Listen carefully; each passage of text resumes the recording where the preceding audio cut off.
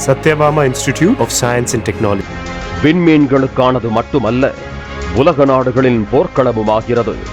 தனது மொத்த நாட்டுக்கும் தங்கக்கூரை போல கோல்டன் டோம் என்று ஒரு அதிநவீன பாதுகாப்பு அரணை உருவாக்குகிறது அமெரிக்கா. அதை உருவாக்க வேண்டிய அவசியம் ஏற்பட்டது ஏன்? கோல்டன் டோம் எப்படி செயல்படும்? அதில் உள்ள சவால்கள் என்னென்ன என்பதை இந்த செய்தியில் பார்க்கலாம். பண்டைய காலத்தில் மகாபாரதம் போன்ற போர் வரும் சினிமா காட்சிகளில் அசுரர்கள் ஏவும் நெருப்பு அம்புகளை தேவர்களின் நெருப்பு அம்புகள் சரியாக இலக்காக்கி அடைந்து அழித்து ஒழிக்கும். கொஞ்சம் ஜூம் அவுட் செய்து பார்த்தால் நெருப்பு அம்புகளை தற்காலத்தில் ரீப்ளேஸ் செய்து வருகின்றன ஏவுகணைகள். அதனை இந்தியாவின் ஆகாஷ் தீர் S-400 போன்ற அமைப்புகள் சிறப்பாக செயல்பட்டு தடுத்து அழித்ததை ஆபரேஷன் சிந்தூரில் பார்த்தோம். ஆனால் யார், எங்கு இருந்து, எதை கொண்டு தாக்குவார்கள் என்று கூட தெரியாத அளவுக்கு பல உலக நாடுகளும் போர் சூழலில் மிரண்டு கிடக்கின்றன. ஆளாளுக்கு தொழில்நுட்பங்களை மேம்படுத்தி தத்தமது நாட்டு குடிமக்களை காக்க போராடி வருகின்றனர். இதற்காக தரைக்கு காலாட்படை, கடலுக்கு கப்பற்படை, வானுக்கு விமானப்படை போன்று விண்வெளிக்கு United States of Space Force என்று ப்ராஜெக்டை மும்முரமாக மேம்படுத்தி வருகிறது அமெரிக்கா. சமீபத்தில் இஸ்ரேலின் அயன் டோம் தொழில்நுட்பமானது உலக நாடுகளின் கவனத்தை ஈர்த்தது. இஸ்ரேலிடம் David Sling, Arrow 2, Arrow 3, Spider போன்ற வான்தடுப்பு அமைப்புகள் உள்ளன. இதில் ஏரோ 3 வளிமண்டலத்தில் இருந்து வரும் தாக்குதலை கூட சமாளிக்கும். ஸ்பைடர் அமைப்பு அணு ஆயுதங்களை பதுக்கி வைக்கும் முக்கிய கட்டிடங்களுக்கு ஒரு வலை போன்று இருந்து பாதுகாக்கும்.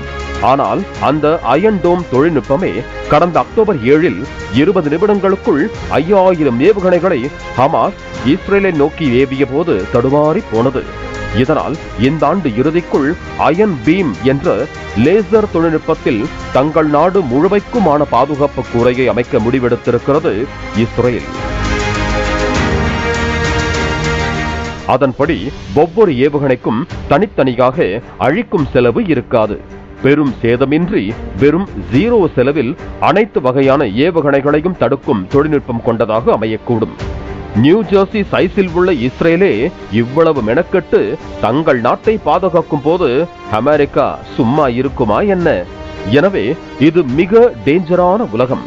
இதில் இருந்து மக்களை காப்பாற்ற அதிநவீன முறையில் கோல்டன் டோமை உருவாக்க வேண்டும் என கூறி சில வாரங்களுக்கு முன்புதான் அமெரிக்க நாடாளுமன்றத்தில் ஒப்புதல் பெற்றார் அந்நாட்டு அதிபர் டொனால்ட் ட்ரம்ப். $175 பில்லியன் செலவில் உருவாக்கப்படும் கோல்டன் டோமுக்கு முதற்கட்ட நிதி ஒதுக்கீடாக $25 பில்லியன் டவுன் பேமெண்டாக வழங்கப்பட்டிருக்கிறது. இதை கொண்டு அடுத்த 3 ஆண்டுகளில், அதாவது அதிபர் ட்ரம்பின் பதவிக்காலம் முடியப் போகும் ஜனவரி 2029க்குள் இந்த கோல்டன் டோம் அமலுக்கு வரும் என்று எதிர்பார்க்கப்படுவதாக ட்ரம்ப் கூறியிருக்கிறார். அத்தோடு தங்களது அதிநவீன கோல்டன் டோமை எந்த புத்திசாலியாலும் காப்பி அடிக்கவோ ஹேக் செய்யவோ முடியாது என்றும் கூறியிருக்கிறார். சிலிகான் வேலியின் சிறப்பான மூளைகள் அதற்கான பணியில் ஈடுபடுத்தப்படுவதாகவும் குறிப்பிட்டிருக்கிறார். அவர் இவ்வாறு சொல்ல காரணமும் இருக்கிறது.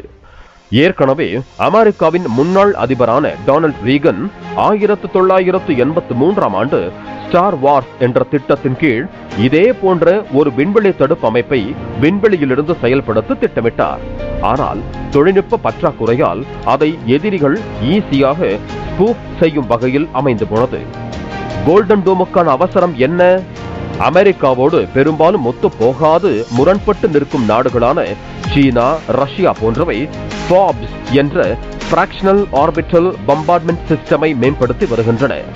இது விண்வெளியில் இருந்தும் அணுகுண்டை வீசக்கூடிய வகையில் செயல்படும் அமைப்பாகும்.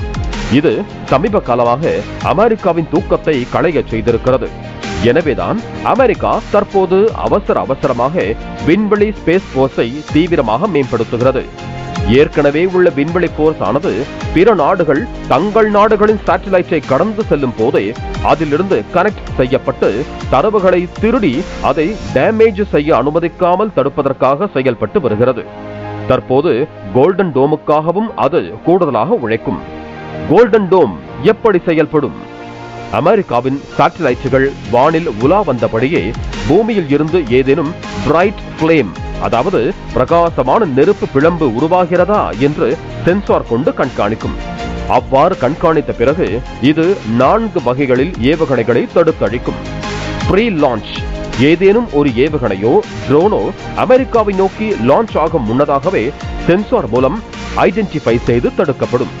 பூஸ்ட் ஃபேஸ், இதில் ஏவுகணை அதிக தொலைவில் உள்ள இலக்கை அடையும் அளவுக்கு தேவையான வெலாசிட்டியை ரீச் செய்யும் வகையில் வேகமாக ஆக்சலரேட் செய்யப்படும் போது தடுத்து அழிக்கப்படும். மிட் கோர்ஸ் எனப்படுவது இலக்கு தொடங்கிய புள்ளியில் இருந்து அடையும் புள்ளிக்கு இடைப்பட்ட தொலைவில் அழிப்பதை குறிக்கும். டெர்மினல் டெசன்ட், விண்ணோக்கி மேலே ஏறி பாயும் ஏவுகணையானது கீழ்நோக்கி பாய குனிந்ததும் இலக்கை தாக்கி அழிக்கும். இவ்வாறு இலக்குகளை ஐடென்டிஃபை செய்து உறுதிப்படுத்தி கோல்டன் டோம் ஆக்டிவேட் செய்யப்படும். பின்பு இலக்கை தாக்கி அழித்து புதிய இலக்குகள் வருகின்றனவா என காத்திருந்து பின் ஸ்டேட்டஸ் கிரீன் என அறிவிக்கும்.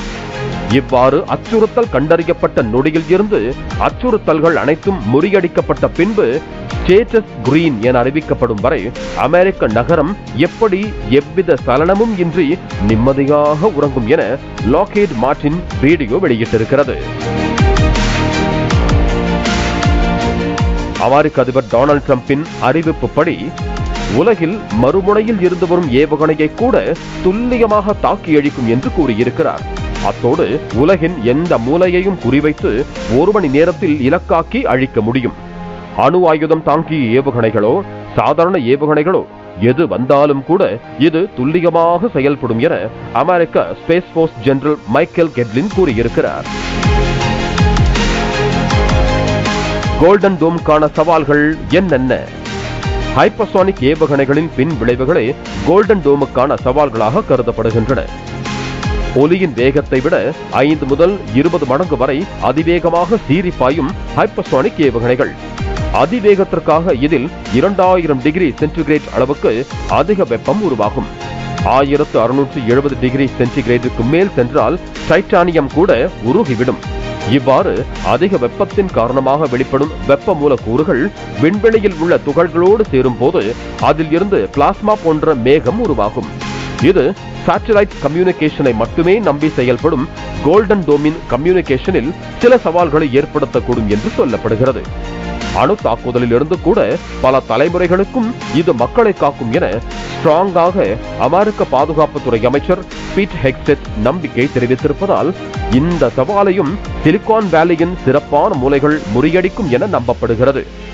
இனி எல்லாம் மேல இருப்பவன் பார்த்துப்பான் என அமெரிக்காவில் உள்ளவர்கள் நிம்மதியாக உறங்கச் செல்வார்கள். அந்த காலத்திற்கு வெறும் 3 ஆண்டுகளே உள்ளன. Satyabama Institute of Science and Technology, Chennai and Sriperumbudur. Play store மற்றும் ஆப் ஸ்டோரில் இருந்து பாலிமர் செயலியை QR கோடு மூலம் பதிவிறக்கம் செய்யுங்கள். செய்திகளை உடனுக்குடன் பெறுங்கள்.